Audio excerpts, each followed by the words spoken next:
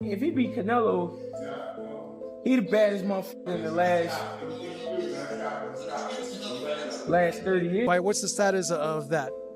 We will see maybe next month, next 2 months, let's see. I know you're serious, but I've got to ask you for the people that are watching. Of course, Are you confident that that fight is a fight that you can win?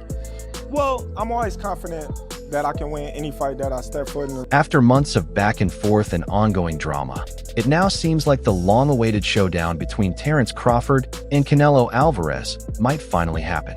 This potential fight has stirred debate across the boxing world, especially after multiple failed attempts last year to make it a reality. But recent reports suggest that the time could finally be right. According to several sources, Canelo, the reigning Mexican champ, is eyeing a strong opponent for his May title defense at 168 pounds, and Terence Crawford is one of the top names in the mix.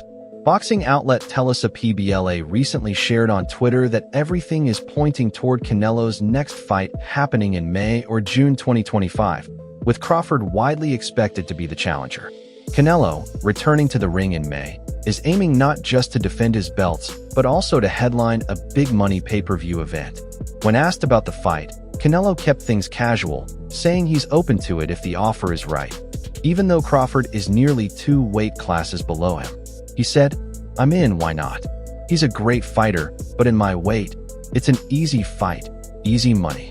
This shift in tone from Canelo, who previously dismissed the matchup, has sparked new hope within the boxing world that the fight might really happen. Crawford, who's long pushed for the bout and spoken publicly about wanting it, seems newly energized by Canelo's openness. In a recent interview, Crawford shared that while nothing official is on the table yet, he's ready to take on this challenge and prove he's the true generational star of his time. You know, who knows? That smile's telling me something else, bro. I think it might be on the line, no? Just saying, man, we can't say it's not gonna happen. We can't say that it is. So, you know, let's all just wait. I know you're serious, but I've got to ask you for the people that are watching. Of course, Are you confident that that fight is a fight that you can win? Well, I'm always confident that I can win any fight that I step foot in. Terence also opened up about why he keeps pushing for this fight, explaining that it's not really about wanting to face Canelo personally, since he doesn't hold him in especially high regard. Instead, he sees it as an opportunity to elevate his legacy. After everything he's already accomplished in boxing, taking on a top name in the 168-pound division gives him the chance to solidify his place in history. If he beats someone widely seen as one of the sport's all-time greats, it would automatically push him to the top and prove he's the best in that division too. I wouldn't say I'm chasing Canelo. You know, I think that's a broad statement. I just want the opportunity, you know, to fight the best fighter in my generation that's out there. You know, he's the most accomplished fighter in today's sports other than myself. And I would just, you know, just like to, you know, fight another great. That's it. That's all. You know, if the fight, you know, happens, I think it'll be the biggest fight in the sport of boxing. You know, Canelo is a big, strong competitor. He's a great fighter. He's a future Hall of Famer, and that's what we in the game for, is to leave a legacy that will last, surpass our life. Sharing his thoughts on how the fight with Canelo might play out, Terence made it clear that he doesn't buy into the idea that he's the weaker or easier opponent just because he's smaller. He called those claims ridiculous and said it's not the first time people have underestimated him. Confident in his abilities, Terence firmly believes he'll come out on top in this major showdown. He stressed that when fight night arrives, he plans to completely dominate Canelo and bring him down, no matter how tough the road to the ring might be. I ain't gonna break it down to you, you know what I mean? How it's gonna happen. Strategy is me leaving with my hand, you know, rolls and everybody mouth dropping. That's how I can, you know, sums it up in a little bit of your answer right there. I'm the type of fighter that I make adjustments on the fly. So along my whole career, I do what's necessary to get the job done and secure a victory. And I feel like in the Canelo fight, I would do everything within my will and my power. While the Canelo fight is clearly a major focus for Terence right now, he hasn't ruled out returning to the 154-pound division either. He pointed out that after boxing's incredible run last year, there are still plenty of exciting opponents that have caught his eye. If things don't work out with Canelo, he's ready to go after the top names at 154 instead. Terence made it clear that he's not done with the sport and still has a lot he wants to accomplish. In the same interview, he also expressed interest in possibly fighting in Saudi Arabia, aiming to build even more buzz around his next big event. Fights out there at 154, that's interesting me. That interests me. Like I said, the future is bright. The sport is going in the right direction. So we shall see where Terence Crawford. Who knows? Like I said, we gotta weigh our options and see what makes sense for Terence Crawford and his. Meanwhile, closely following Terence's impressive journey from the start of his career, respected coach and trainer Greg Hackett highlighted how remarkable Bud's rise has been. He noted that after carefully studying Terence's path, it's clear he's constantly proved doubters wrong. No matter how often people have underestimated him, he's always bounced back stronger. Greg praised him for becoming a highly skilled fighter who has dominated in 4 different weight classes, an extremely rare accomplishment in today's boxing world. A lot of guys were supposed to beat him. A lot of guys were supposed to be too big for him, too fast, too strong. This one supposed to be too experienced, and he beat them all. All right, but now look at the game. People don't get it. He was being counted out like a long time ago. Kept winning. Beat a lot of ass. Talking about this incessant undermining that Bud still seems to be facing to this day, Greg highlighted that before every fight in his career, Bud was hardly ever considered the fan favorite, especially in the last couple ones against Errol Spence Jr. and Israel Madrimov, where according to many experts and boxing fanatics, Terence was doomed to face a bitter defeat. But every time, he proved them wrong and won as if outclassing his own destined fate to write a much better one. Weight classes and it's like a lot of times I was there, people was doubting him. They doubted him against Spence. They doubted him against Madrimov. Some people say he was too small. I heard him. When he fought Victor Postal, he was too small. When he fought Gamboa, he ain't know enough. Adding more to his point, Greg reflected on everything Bud has accomplished in a short span while staying undefeated. He emphasized that although there are other standout fighters in the sport like Gervonta Davis, each with their own unique strengths, no one quite measures up to Terence. According to Greg, Bud's flawless skill set, sharp boxing IQ, and relentless drive to keep moving forward clearly set him apart. These qualities, he said, make Terence Crawford the undisputed #1 pound-for-pound fighter of this era. I'm saying Bud punching on shit at 35, 40, 47, and just won a belt at 54. All right, so you champion at 35, undisputed at 40 and 47, right? And then won another belt at 54. All right, so still winning. No, take a beat, but pound for pound, I think Bud. I give it to Bud. So you saying Bud #1? Sticking firmly to his stance, even regarding a possible Terence Crawford versus Canelo Alvarez matchup expected sometime this year, Greg made a bold statement. He said that since Canelo is considered one of the most talented boxers of this generation, defeating him would not only place Terence at the top of the sport today, but also mark him as the greatest fighter of this generation, and possibly the last 30 years. If he beats Canelo, he's the baddest man of the last 3 decades, Greg declared. Meanwhile, His Excellency Turki Alashik, a close friend and strong supporter of Crawford, shared that once his current projects are complete, he's eager to set up a major fight for Terence, potentially within this year. Addressing rumors about Terence dealing with an injury, Turki explained that Crawford personally informed him of the issue during their last meeting. However, he assured fans that recovery is going well, as Crawford is following a strict rehabilitation program under the care of skilled trainers and medical professionals. Coming back, what are the plans for him? I think he is injured now. We are planning to have something with him. I will discuss with him maybe in January. I see him last week in Hamburg. He said he's have a little injured, and he's starting to rehab now and training again. And we hope to.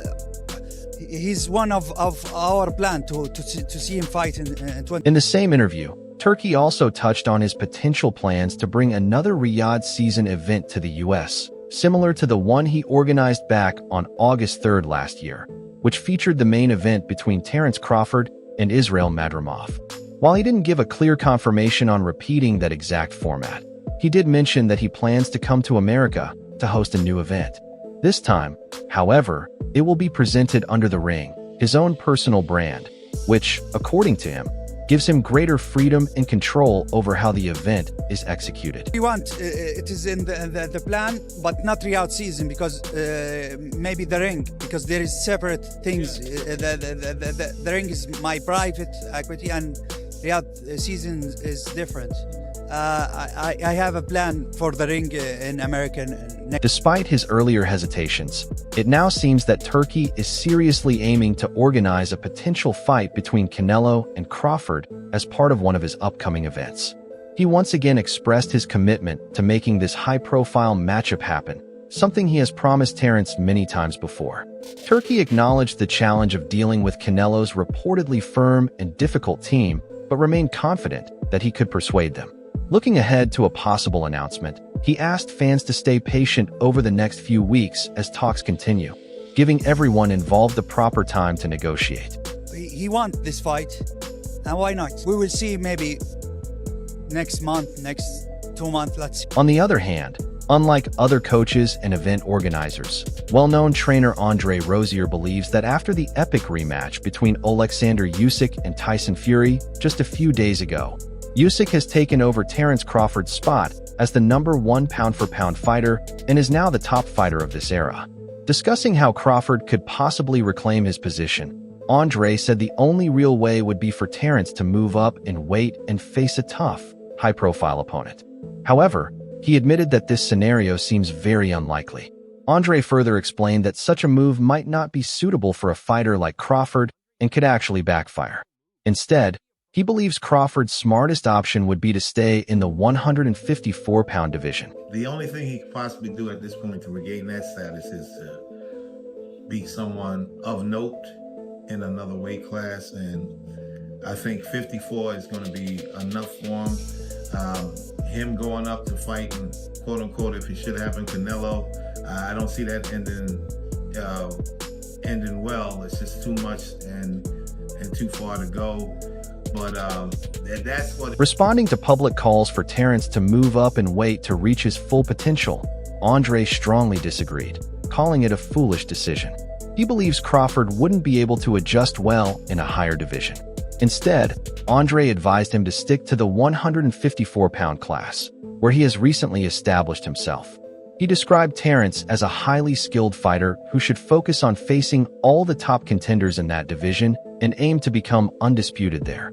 Andre also pointed out that, despite being overlooked by many, the middleweight division is packed with talent that deserves much more recognition. I mean, of course, but in the weight class that he's in now, 154, there's enough smoke there where every fire department in New York would have to come out to put that flame out. It's a lot of smoke at 154. So I'd like to see him take control of that. I'd give him flowers for becoming undisputed at 54 also. But I think that's going to be a tough task. There's some really exceptional 154 pounders now, and they keep knocking it out. So I think, it would be a monumental climb to go up to 68 when there's so much work. Sharing the same view as other analysts regarding Terence Crawford's potential move up in weight, well-known media personality Stephen A. Smith believes that Canelo would come out as the winner in a fight between the two.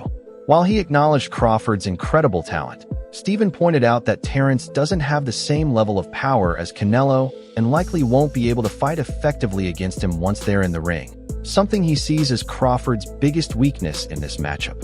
Explaining further, Stephen said that Canelo has shown almost no flaws in his recent performances, especially in his fights against Jermall Charlo and Caleb Plant. Highlighting what sets Canelo apart, Stephen added that the Mexican star always manages to break his opponent's rhythm by keeping pressure on them and never letting them get comfortable during the fight. My concern is that he won't hurt Canelo. And if he doesn't hurt Canelo and can't hurt Canelo, then Canelo keeps coming. Similar to how he stalked Charlo, how he stalked, once he had Plant hurt, he chased after him.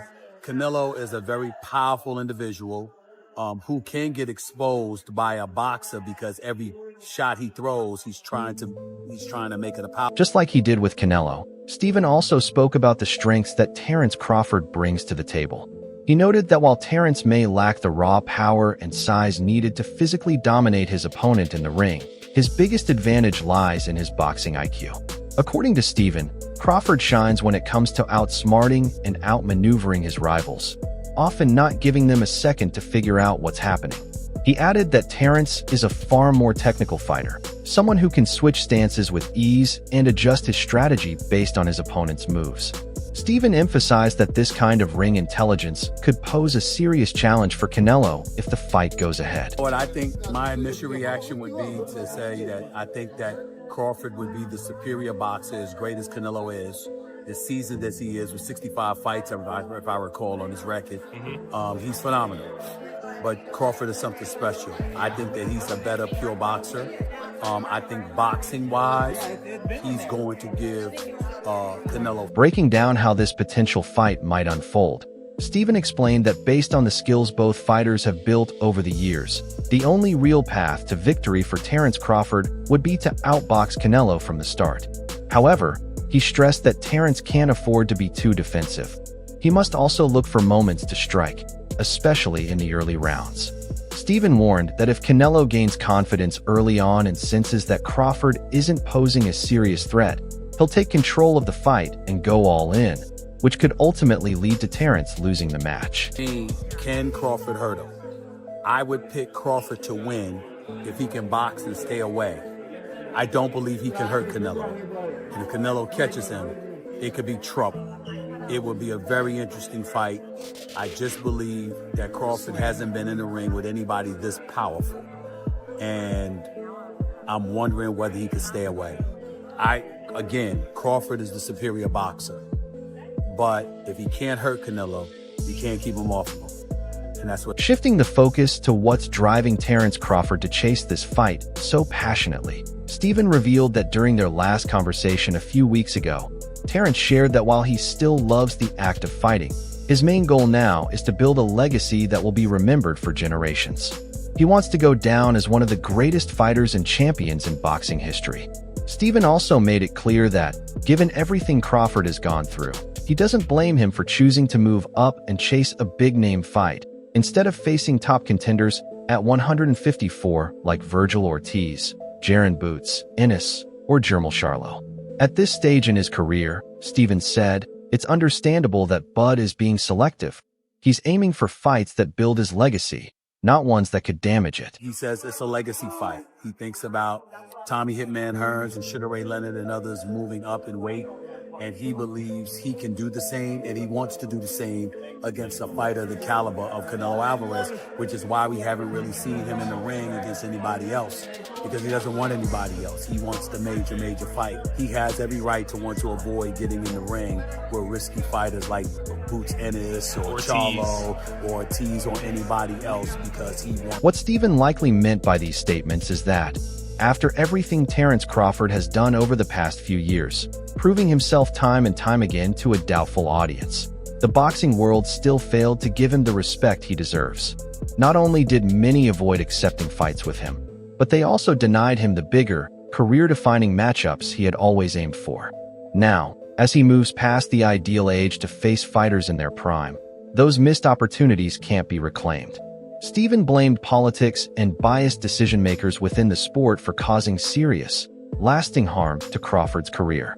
He urged fans to recognize this injustice before labeling Terence as selfish or painting him as the bad guy. You don't like it because Charlo is there and others for him to fight. On the other hand, you have to look at him and say, wait a minute, he is 35, 36 years old. He's been around the game a long time. He was denied his shine a long time because people didn't want to get in the ring with him. To put himself in this position where he gets to prevent people now, to avoid people now, after spending so many years of watching people avoid him. Unfortunately, that's the business of boxing. He's a victim of it, not a villain. So what do you think about this possible showdown? Do you believe the fight will finally happen this time? Or is it just more empty talk? And if it does take place, who's your pick to win? Canelo or Crawford? Share your thoughts in the comments below, and if you liked the video, Don't forget to hit like and subscribe to our channel.